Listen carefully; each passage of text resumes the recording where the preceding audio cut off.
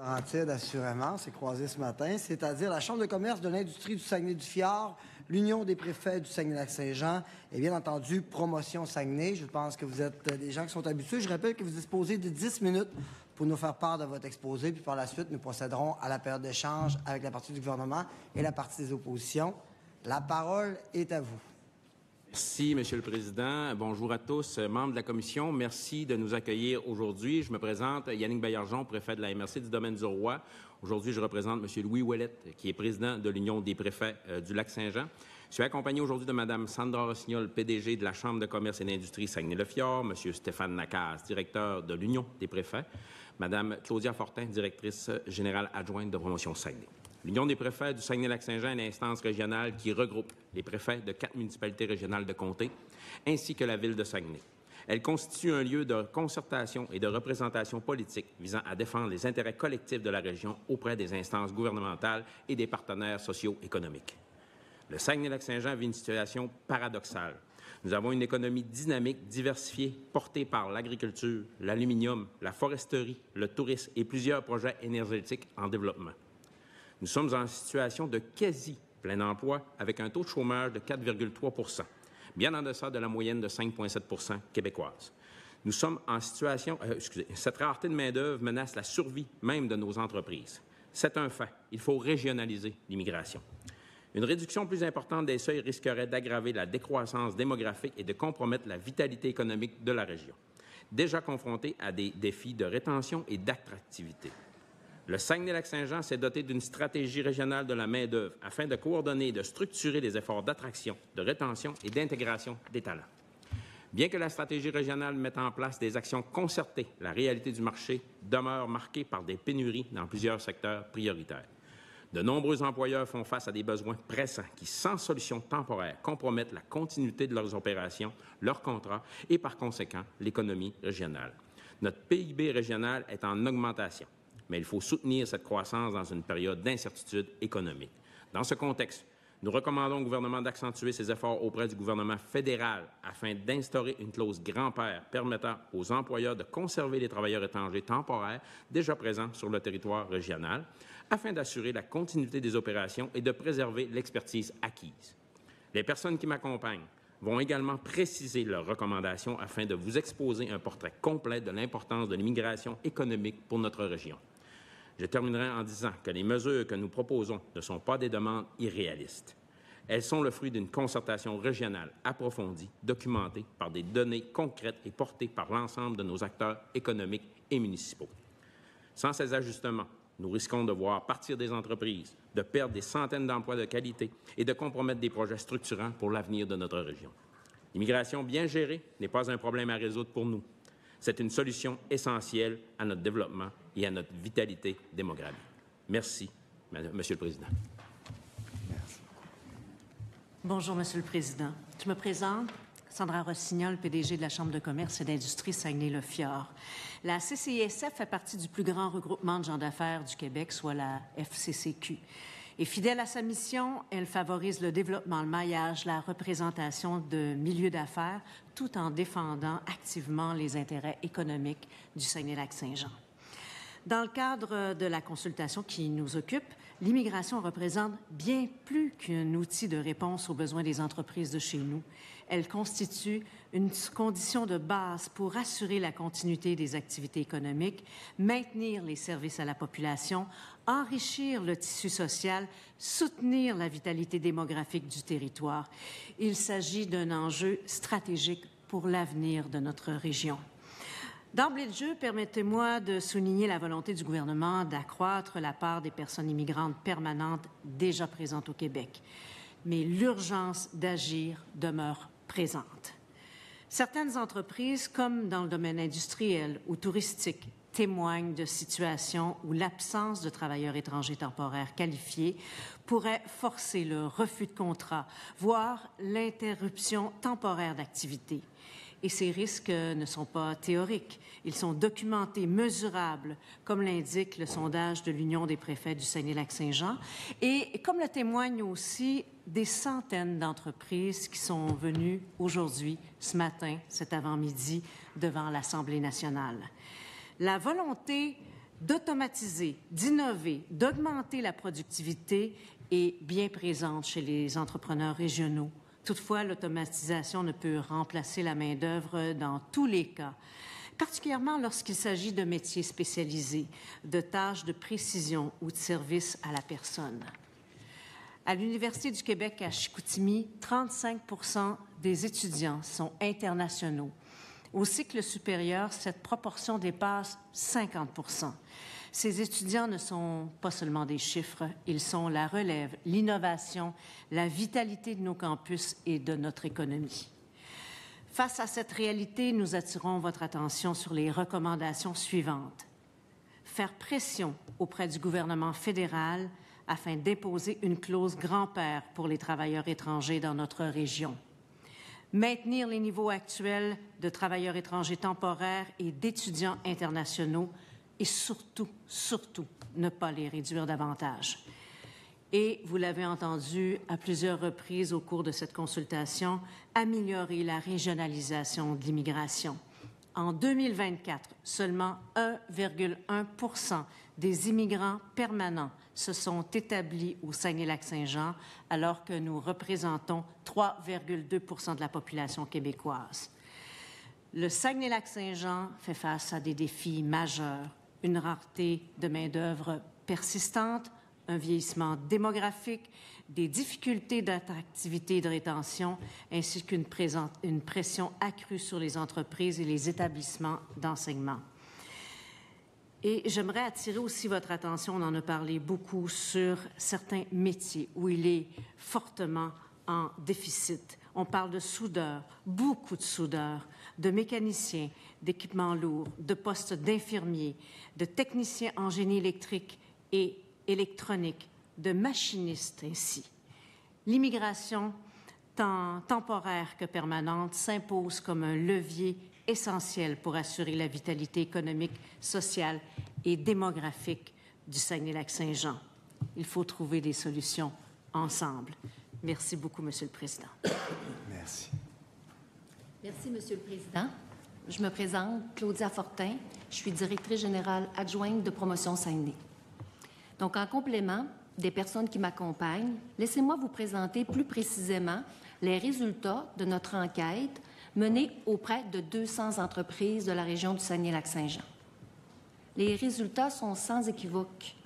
Les nouvelles règles fragilisent profondément la capacité des entreprises régionales à maintenir leurs opérations, leurs investissements et leur compétitivité.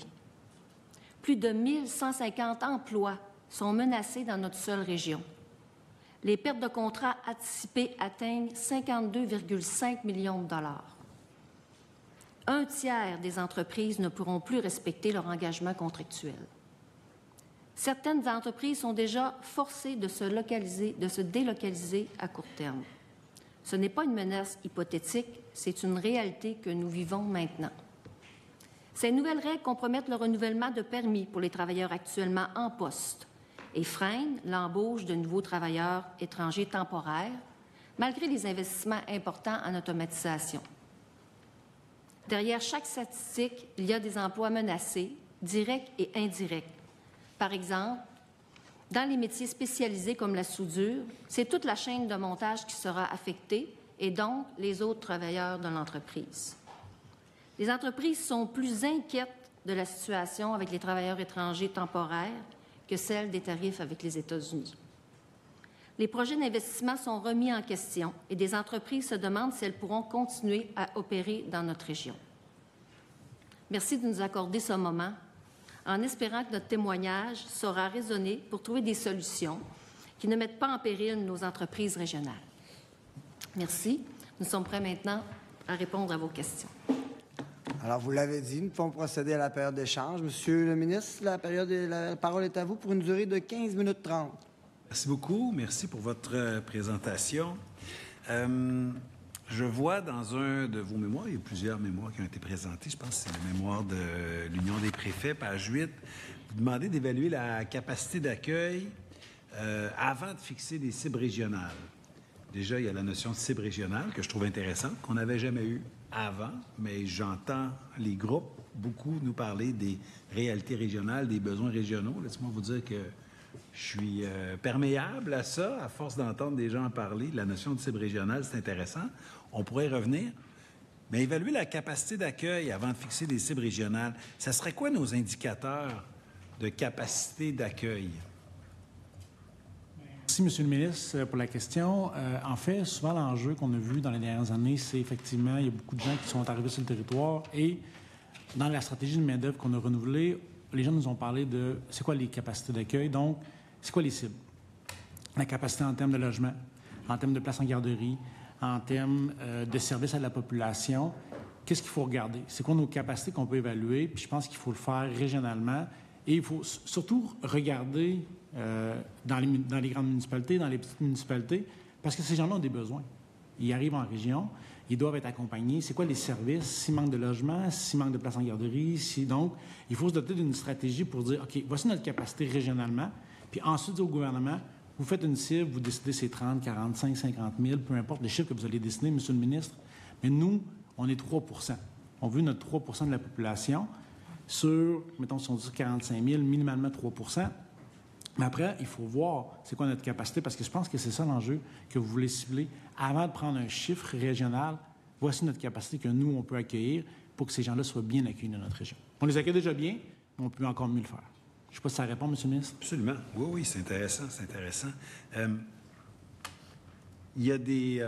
on peut penser que si on fait venir quelqu'un qui n'a pas de qualification, de diplomation, de profession particulière, vient s'installer ici, utilise notre capacité d'accueil. Si je fais venir quelqu'un qui vient travailler vraiment dans le domaine de la construction, qui aide à construire des logements, peut-être qu'il va nous aider à accroître notre capacité d'accueil.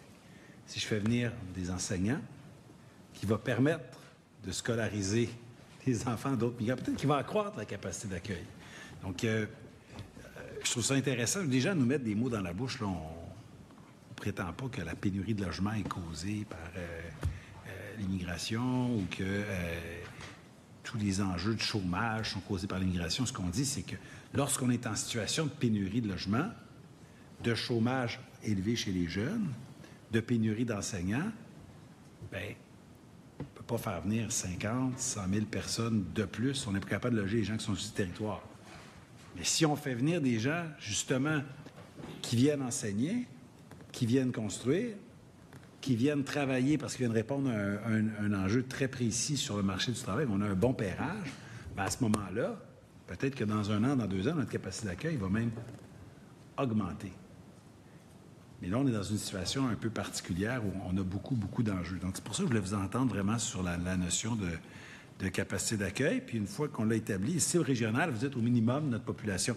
J'ai trouvé ça très intéressant. J'ai vu beaucoup de mémoires, mais celui-là, vous avez dit, on est 3,3 de la population, puis on a 1,1 des migrants. Ça montre un enjeu. Et ça montre que le débat ne peut pas porter seulement sur est-ce que le scénario à retenir, c'est 25 000 permanents ou 35 000 ou 45 000, d'autres disent 80 000, 100 000. 100 000 nouveaux permanents l'an prochain au Québec. Si vous en avez 0,5 dans votre région, on va créer des chômeurs à Montréal, des fermetures d'entreprises dans votre région. Peut-être qu'à 40 000 ou à 35 000 migrants, mais avec un pairage régional, avec un transfert de certains travailleurs étrangers temporaires chez vous vers le statut permanent, avec des diplômés régionaux chez vous qui deviennent permanents aussi, bien là, on est ailleurs. Et c'est ce changement de paradigme que je nous invite à prendre, pas qu'on ne débatte que de l'orientation du nombre total. Hein. On a proposé 6 éléments, puis souvent, on s'accroche au seuil, ce qui est intéressant, mais il n'y a pas que ça. Vous avez parlé de... il y a des gens avec des métiers spécialisés qui viennent. Et ça m'amène la question, lorsqu'on y va sur les travailleurs étrangers temporaires, vous l'avez bien dit, notre revendication, là, c'est une clause grand-père. On veut arrêter qu'Ottawa nous enlève des travailleurs. Ça, c'est clair. Mais est-ce qu'ils sont tous d'égale importance? Est-ce qu'on peut penser que dans le secteur manufacturier, ou dans des gens qui ont une qualification spéciale dans les métiers spécialisés, on pourrait même en avoir davantage et peut-être moins dans d'autres catégories. Et c'est là que je veux vous entendre si vous avez une flexibilité d'une entreprise à l'autre, d'une catégorie d'emploi à l'autre. Que je vous ai nommé tout à l'heure, Monsieur le ministre, on parle de soudeurs, de mécaniciens d'équipements lourds, de postes d'infirmiers, de techniciens en génie électrique et électronique, de machinistes. C'est vraiment les professions qui sont en déficit et vous pouvez retrouver ces chiffres-là auprès de votre gouvernement. Ça vient de votre gouvernement. C'est certain que les entreprises manufacturières sont extrêmement impactées dans notre région, extrêmement impactées. Hôtelier, le secteur hôtelier également, la restauration. Mais aujourd'hui, ce qu'on a vu devant la colline parlementaire, c'était des entreprises manufacturières qui étaient extrêmement inquiètes de perdre leurs travailleurs. Et ce n'est pas les étudiants qui peuvent les remplacer. C'est vrai que les étudiants ont manqué de travail cet été. On l'a tous vu. Mais ces postes-là, c'est en majorité des travailleurs étrangers temporaires qui les occupent. Et s'ils partent, si on réduit le pourcentage, eh bien, c'est carrément des quarts de travail qui vont disparaître. Et des quarts de travail, bien, peut-être que l'entreprise ne sera plus rentable. Et peut-être que l'entreprise disparaîtra ou sera délocalisée. Alors, c'est une inquiétude qu'on a sur vraiment notre économie régionale. Et je vous dirais même plus sur l'économie du Québec, Monsieur le ministre. La mobilisation a fait jaser, puis c'est très bien comme ça. J'ai été interpellé en mêlée de presse par les médias. Mais qu'est-ce que vous répondez aux entrepreneurs, là, au tissu économique québécois qui ont quitté leur région, sont venus au Parlement? Puis ma première réponse en boutade, je me dis, bien, c'est bien, mais ils se sont trompés de Parlement. Mais bon, ils viennent ici, ils passent leur message. Probablement qu'ils vont continuer jusqu'à Ottawa, parce que la mesure que vous dénoncez, essentiellement, c'est une mesure d'Ottawa. Puis j'ai dit, mais où est Mélanie Joly? Où est Stephen Guilbeault? Où est François-Philippe Champagne? D'habitude, il ne manque pas d'énergie. Ça serait bien qu'il la canalise pour arrêter de nous enlever nos travailleurs étrangers temporaires. Puis tout à l'heure, vous avez mentionné quelqu'un, un de vous quatre, je ne veux pas presser des intentions aux uns aux autres, vous êtes venus ensemble, mais on a dit, on demande un maintien des niveaux là, des travailleurs étrangers temporaires. Est-ce que c'est bien votre revendication de maintenir ces niveaux-là ou vous voudriez 10 20 100 de plus? Bon, Monsieur le ministre, vous avez tout à fait raison. On demande un maintien actuel. On veut le statu quo sur cette mesure-là. Vous avez mentionné qu'on devrait aller au Parlement fédéral pour faire cette demande-là. C'est bien évident que ça fait partie, mais ce qu'on est venu chercher aujourd'hui, c'est aussi un appui de votre part, justement, pour faire intervenir le fédéral à ce moment-là. Fait que c'est clair que oui, il va y avoir des démarches qui vont être faites en ce sens-là, mais la première étape était de venir ici aujourd'hui, justement, pour vous en parler. Bien, c'était une boutade. Je suis content de voir. De toute façon, on fait une planification pluriannuelle. On invite les groupes. On est bien content que vous soyez venus, là. Évidemment qu'on voulait vous entendre de toute façon. Puis la réponse, c'est oui, vous l'avez, notre appui. Comme je dis, j'ai fait plusieurs interventions publiques, mais aussi directement dans des appels privés. Puis dans des lettres officielles, on dit que les paroles s'envolent, les écrits restent. Les écrits sont là pour rester. Je sais même que les premiers ministres se sont parlé à ce sujet-là. Donc, ça s'est rendu au plus haut niveau. Je pense que j'ai des collègues qui veulent intervenir. Je vois que ma collègue me fait signe. Si vous permettez, Madame... Oui, Madame la Présidente, peut-être au sujet de la francisation, je ne sais pas. Merci. Député, la parole est à vous. C'est correct. Je suis partante pour la question, mais je trouve intéressant ce côté-là. Vous avez dans votre mémoire, vous mentionnez que la dépendance des entreprises locales envers la main-d'œuvre est dépendante. Et en fait, c'est. Oh, je m'excuse, hein, c'est en train de s'explique justement par la difficulté de recruter localement. Ça, moi, ça me. Comment je dirais ça? J'ai une question un peu étrange là-dessus, peut-être. C'est un petit peu étrange la question que je vais vous poser par rapport à ce constat-là. Mais comment vous arrivez à le voir? De quelle façon vous êtes capable de l'affirmer qu'il y a une... parce que localement, on n'est pas intéressé par ce genre de travail ou... Bien, je peux répondre. Madame la députée, en fait, lorsqu'on va chercher un travail étranger temporaire, c'est parce qu'on n'a pas eu la capacité de recruter chez nous. Donc, il n'y a pas une personne localement qui a appliqué sur le poste. C'est sûr qu'on aimerait que les gens travaillent dans nos entreprises, mais actuellement, c'est impossible. Il y a un entrepreneur qui me disait à Jonquière que, dans le comté de M. le Président, 25 de sa main-d'œuvre, 25 de son chiffre d'affaires représente la main-d'œuvre étrangère.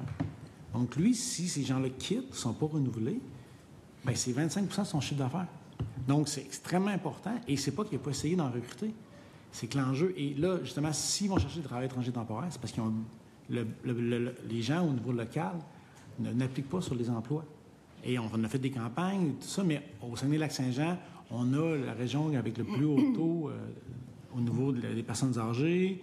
Donc, ça fait en sorte que les entreprises se retournent. Il y a des missions qui sont faites avec, par exemple, avec Promotion Saguenay. Donc, on essaie, mais à un moment donné, quand il manque de monde, bien, on va à l'étranger puis on comble les besoins. Je comprends parfaitement, mais ce qui m'étonne, c'est quoi l'enjeu? C'est une question de salaire. Si les gens sont... Le 25 qu'est-ce qui fait que quelqu'un localement n'est pas intéressé par l'offre d'emploi? C'est parce qu'au niveau du salaire, c'est pas avantageux? Je ne vous dirais pas que c'est au niveau du salaire. Je pense qu'on a... il y a une étude qui est sortie dernièrement qui disait qu'il va y avoir 27 milliards d'investissements dans la région. On a des grands projets, on a la base militaire de Bagotville, il va y avoir des projets en éolien, on a Rio Tinto, il y a beaucoup d'investissements dans la région, donc on a besoin de main-d'œuvre plus grand que la population qu'on a. Donc, automatiquement, bien, il y a des corps de métier qui sont moins recherchés que d'autres, donc on doit combler les postes par des travailleurs étrangers temporaires ou par de la main-d'œuvre immigrante. Parlez-moi un petit peu, justement, tantôt, le ministre il a ouvert la porte là-dessus au niveau de la francisation. Comment ça fonctionne? Est-ce que c'est quelque chose qui est facile d'accès en entreprise? Est-ce que vous sentez que vous avez un soutien de Francisation Québec? Comment ça fonctionne? Bien, effectivement, là, c'est complexe actuellement, puis les entreprises en font beaucoup. Okay. Ils francisent dans le milieu de travail et ils nous disent souvent qu'ils ont besoin là, du soutien là, du gouvernement du Québec pour franciser davantage. C'est un gros défi. D'accord. Par contre, dans notre région du Saguenay-Lac-Saint-Jean, 99 des gens parlent français. Donc, honnêtement, là, après plusieurs mois, plusieurs années, là, ils viennent à être francisés, mais les entreprises ont besoin de soutien à ce niveau-là. Expliquez-moi en quoi, parce que Francisation Québec en entreprise a quand même une offre de service intéressante là, pour franciser. C'est quoi les enjeux qui vont rencontrer les entreprises là-dessus? Parce qu'on peut franciser en entreprise, on peut franciser au moyen du... Bon, ça soit en présentiel, ça soit via... en tout cas, il y a toutes sortes de facilitateurs aujourd'hui. Qu'est-ce qui bloque? Bien, ce qu'on entend dire, c'est les horaires qui ne sont pas toujours adaptés là, aux réalités des entreprises. Donc, c'est plus difficile là, pour envoyer les gens là, dans des formations ou autres. Mais je ne pourrais pas vous dire précisément les raisons. Okay. Parce que je sais que Francisation Québec a fait en sorte là, d'être très adaptable, justement, pour respecter souvent les horaires, parce que pas tout le monde qui a envie non plus après des heures de travail ou, bon, être obligé de sortir pour suivre des cours. Donc, il y a quand même toutes sortes de façons là, de s'adapter. Mais vous sentez que c'est encore quelque chose... Un défi. Est-ce qu'il manque d'informations, selon vous? Est-ce que les entreprises devraient être davantage informées ou peut-être qu'elles connaissent simplement pas l'offre au complet? Je ne le sais pas. C'est une bonne question que vous avez. Peut-être que oui. Vous savez, vous avez une personne en région qui est attitrée au MIFI, hein? Donc, c'est quelqu'un avec qui vous pouvez toujours être en lien. Souvent, ces gens-là apportent beaucoup de réponses aux questions. Donc, on a tout réouvert, nos bureaux régionaux qui étaient fermés depuis plusieurs gouvernements précédents. Donc, nous, on les a réouverts justement pour faciliter les échanges avec le MIFI. Donc, c'est une solution comme une autre. On est là, on est tous en recherche de solutions. Oui. Donc, si vous me permettez oui. de compléter, les employeurs, comme disait ma collègue, sont déjà vraiment beaucoup sollicités, puis ils ne peuvent pas porter tout seuls la responsabilité de l'accompagnement. Puis, l'intégration linguistique est une chose, elle est très importante, mais c'est l'intégration aussi culturelle et sociale qui est extrêmement importante.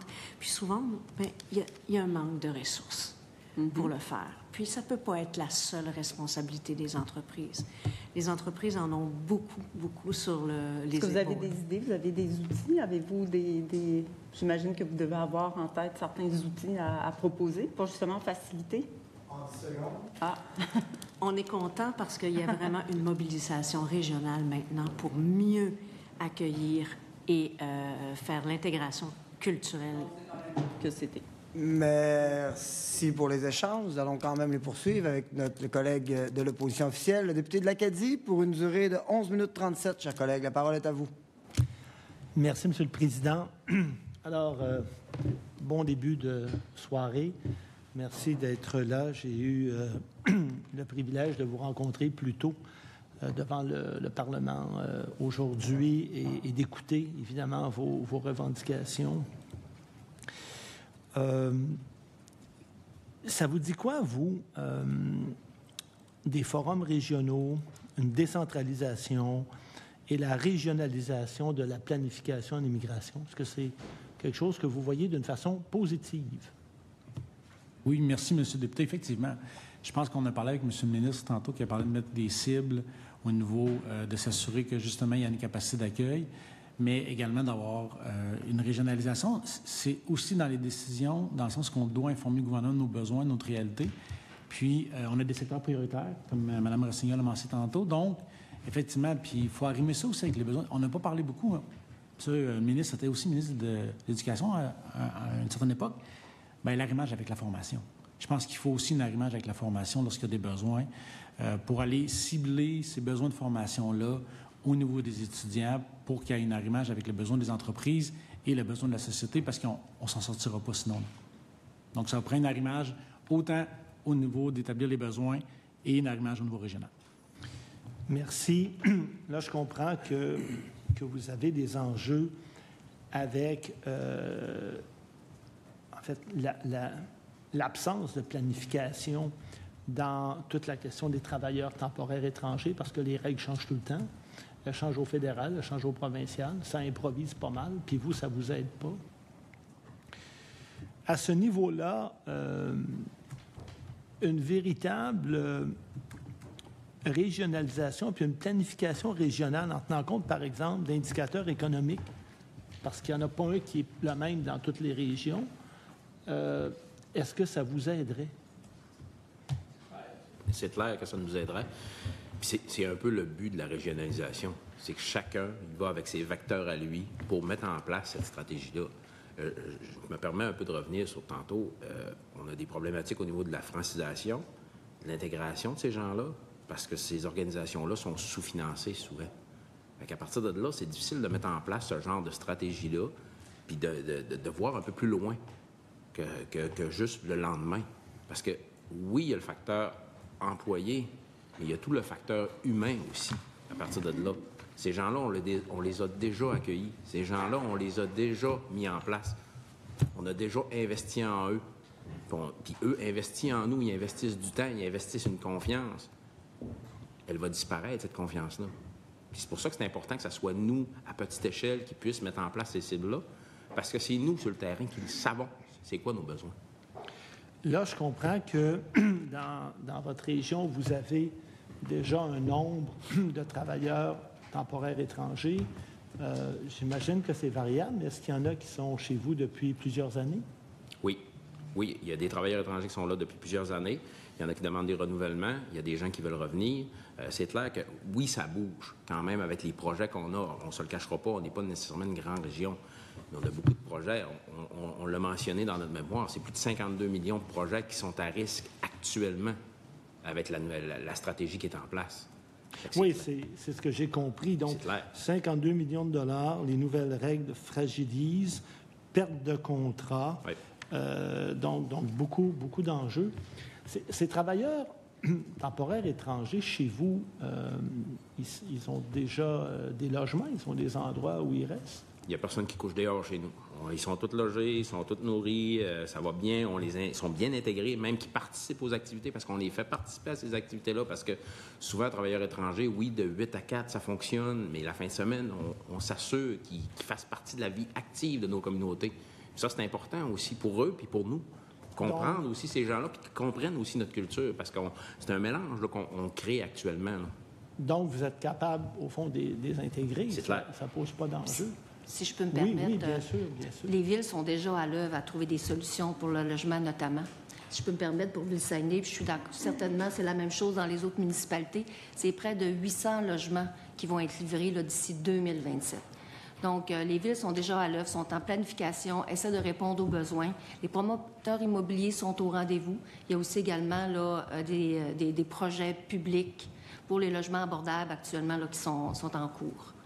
Puis, oui, allez-y, je vous en prie. En fait, on a même créé à Ville-Saguenay, avec la MRC du Fjord, un service d'aide aux nouveaux arrivants, donc un service d'accueil. Donc, un nouvel arrivant qui arrive, il peut venir de Montréal, il peut venir du Maroc, il peut venir de Québec, comme moi j'ai vécu. Je suis immigrant au Saguenay-Lac-Saint-Jean depuis 2 ans. Donc, mais j'ai un service d'accueil pour m'aider. Donc, on les prend vraiment en charge, puis on s'assure de bien les intégrer, de bien leur donner de l'information. Parce que, comme M. le préfet a dit, bien, après 4 heures, si tu n'as pas d'activité, tu ne connais pas la réalité régionale, bien, on essaie de mieux. Puis, que ce soit autant au Saguenay-Lac-Saint-Jean que ce soit au lac, dans les petites communautés, il y a vraiment un bel accueil qui est fait. Puis les gens s'intègrent. Il y a des gens qui partent des ligues de soccer. On pourrait donner plein d'exemples, mais vraiment, l'intégration chez nous, là, c'est pas un enjeu. Ça se fait bien. Et j'imagine que ces entreprises-là comptent sur les travailleurs temporaires étrangers.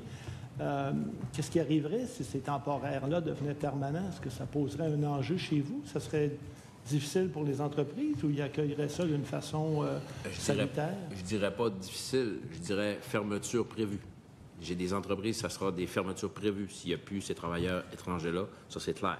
Puis s'ils deviennent permanents, est-ce que ça aiderait vos entreprises? C'est clair. C'est clair. OK. Donc, au fond, si je vous comprends bien, si le gouvernement du Québec ouvrait davantage le PEC et le PSTQ et qu'il donnait une voix à ces gens-là qui sont chez vous, là, pas des gens là, qui viennent d'ailleurs, des gens qui sont chez vous. Je vous écoute, vous me dites qu'ils sont intégrés, travaillent. Bon, ça va bien. Bien, à ce moment-là, vous n'auriez plus de problème. Ça fait partie des demandes des entreprises. Ben oui. D'accélérer le statut temporaire à permanent dans certains cas, des travailleurs effectivement qui travaillent déjà dans l'entreprise, exact. Qui sont déjà francisés. Donc, leurs enfants sont à l'école également. Oui, tout à fait. Donc, effectivement, c'est une option très intéressante. Donc, vous rendez-vous compte qu'avec ce qu'on vient de discuter, je viens de vous sauver un voyage à Ottawa? Je ne sais pas si M. le ministre écoute, là. Mais, M. le ministre, là, demain matin, là, parce qu'on est en train de parler de planification, là. Si M. le ministre décide que ces gens-là, dans votre région, vous aident, qu'il ouvre ses programmes, pas besoin d'Ottawa. Ça règle votre problème. Quand j'ai mentionné que la première étape était ici, c'était en lien direct avec ça. Bien fait. On est là pour vous écouter, à moins dans l'opposition, ça c'est clair. Mais ça règle votre problème. Mais, par contre, on souhaite quand même une clause grand-père pour le programme des travailleurs étrangers temporaires qui est géré par le gouvernement fédéral. Donc, c'est important aussi là, de continuer à faire les pressions auprès du fédéral là, pour avoir cette clause grand-père-là pour que nos travailleurs étrangers temporaires, là, ceux qui sont ici, puissent demeurer. Puis ça, je vous comprends. Puis c'est important ce que vous dites, mais ce qu'on est d'accord pour dire qu'il y a... Parce que là, je vous écoute, puis vous me dites qu'il n'y a pas de problème d'intégration, vous avez les gens travaillent, les gens voudraient les garder. Puis quand je regarde le cahier de consultation, puis les cibles qui sont proposées par le gouvernement, entre autres dans les différents scénarios, on parle, scénario 2A, 25 000 personnes qui vont être admises, qui vont être vers la résidence permanente éventuellement, qui vont devenir des permanents. En quoi ça va vous aider? En fait, je veux peut-être un petit bémol par rapport à la problématique d'intégration. J'ai dit qu'on n'a pas de problème à les intégrer. On a des structures qui sont en place, on a des organisations qui sont en place qui le font très bien. La problématique qu'on a, c'est qu'ils sont sous-financés pour faire cette intégration-là. On est capable de la faire, on a les ressources pour le faire, mais souvent, ils n'ont pas le financement qui vient avec. Parce que oui, on est capable de les intégrer, mais à un moment donné, je manque de moyens. Mais là, vous parlez du PACI, entre autres? Oui, c'est ça. En place, ça, le PACI, c'est financé par le gouvernement du Québec? Tout à fait. Donc, si le gouvernement du Québec met les fonds nécessaires dans le PACI, ça va vous aider davantage? Oui, parce qu'au départ, le PACI, là, on avait un nombre d'heures qui était défini par cible, là, puis les heures ont considérablement diminué dans les dernières années. Donc, c'est plus difficile d'accompagner à plus long terme ces gens-là, justement, pour s'assurer d'une intégration pleine et entière. Il faut peut-être rajouter quelque chose, M. le député, aussi. Il faut s'assurer que ces gens-là restent au Saguenay-Lac-Saint-Jean par la suite. S'ils ont leur résidence permanente, puis on regarde peut-être est-ce que c'est un permis, est-ce que c'est plus dans la région, parce que La crainte peut-être de M. le ministre, c'est qu'ils quittent la région après lorsqu'ils ont leur permanence. Nous, on veut s'assurer que s'ils sont sur le territoire, c'est des temporaires. Lorsqu'ils deviennent permanents, bien, ils contribuent au Saguenay-Lac-Saint-Jean. On ne voudrait pas un exode de ces gens-là vers les grands centres. Donc, on veut s'assurer qu'ils restent dans notre région. Donc, les temporaires sont les règles. Au moins rapidement, on stabilise les entreprises à court terme, là, parce que changer les programmes et tout ça, on peut. C'est une directive d'Ottawa. Il appelle la sous-ministre, il donne la directive de remodifier les règles. Pas de changement de loi, pas de changement de règlement, une directive ministérielle. Je pense que c'est simple à comprendre. Changer les programmes, modifier les permanents. Il y a un délai. Là, les entreprises, qu'est-ce qu'ils ont dit ce matin, c'est on veut passer un message que le gouvernement du Québec nous accompagne à Ottawa, parle à Ottawa pour leur dire régler cette question-là. Après, il y aura la fin de la commission, puis on regardera si on va vers les résidences permanentes. Mais à court terme, il faut régler cette question-là. Puis après ça, on regardera le niveau de français, puis il y a plein de choses qui peuvent être faites.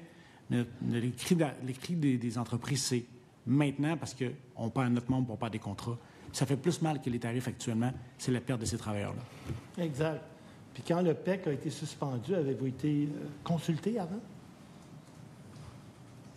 Moi, je n'ai pas eu de consultation. Puis les entreprises qui voulaient ou les personnes qui voulaient utiliser ce programme-là se sont ramassées avec rien du jour au lendemain? Exactement. Très bien. Je vous remercie. Je n'ai pas d'autres questions. Merci, M. le député. Nous allons poursuivre les échanges avec le député de Laurier-Dorion. La parole est à vous pour une durée de 3 minutes 53, M. le député. Merci beaucoup. Bonjour, Mesdames, Messieurs. Merci beaucoup d'être ici.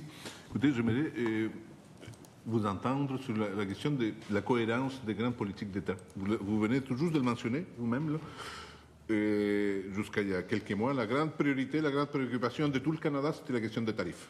Je sais, le Canada va être étouffé, etc. C'est la crise économique. Et vous nous dites que, et d'autre part, le gouvernement du Québec, depuis quelques années, bon, il y a toutes sortes de réformes dans le monde de l'immigration, etc., là, mais ça vous ajoute de l'incertitude.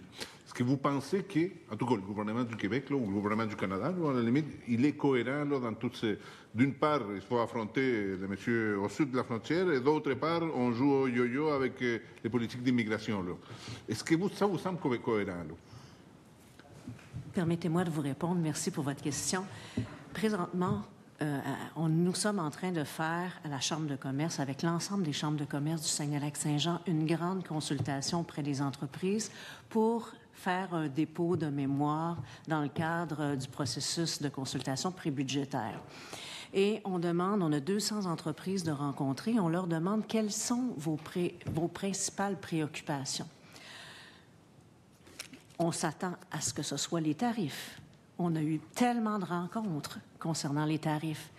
Bien, force est d'admettre que, et avec grande surprise, ce sont la question des travailleurs étrangers temporaires qui est au top des préoccupations. Vraiment, c'est un vent de panique présentement pour perdre leurs travailleurs qu'ils ont payés pour faire venir, installer, acheter des bâtisses pour les loger. Les entreprises ont besoin de ces travailleurs-là et les travailleurs ont besoin de ce travail-là aussi. Ils sont intégrés dans la communauté et on a des exemples tous les jours. Alors, la préoccupation, elle est majeure. Présentement, ce sont les travailleurs étrangers temporaires. Et je peux vous le dire, on a eu encore des consultations hier et c'est ça qui préoccupe. Et nous étions les plus surpris. Nous pensions que ça allait être les tarifs.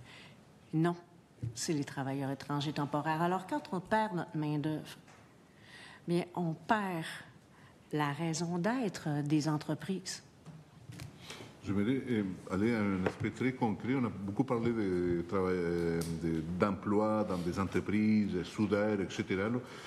Un aspect qui a moins été, on a moins entendu, on l'a entendu mais moins, c'est tous les emplois. Est-ce qu'il y a une pénurie de main-d'œuvre dans les services publics, soit dans les établissements de la santé, les systèmes scolaires, les municipalités? J'aimerais vous entendre. Nous ne sommes pas en situation de pénurie de main-d'œuvre, mais de rareté de main-d'œuvre. Et tous les secteurs sont touchés. Mais évidemment, il y a des secteurs qui sont davantage touchés.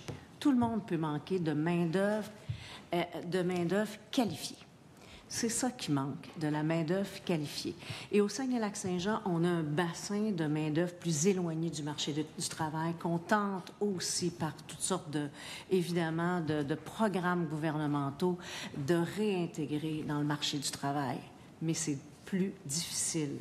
Donc, la rareté de main-d'œuvre, elle touche tous les secteurs d'activité, mais prioritairement les secteurs où on vous a mentionné tout à l'heure, avec des métiers plus spécifiques, qui sont des métiers où le gouvernement même a identifié par région qui sont plus problématiques. Je me dois de remercier les gens, les représentants de la région du Saguenay-Lac-Saint-Jean. Je vous remercie pour votre contribution aux travaux. Pour ce qui est de moi, je suspends les travaux quelques instants pour laisser place au prochain groupe. Merci.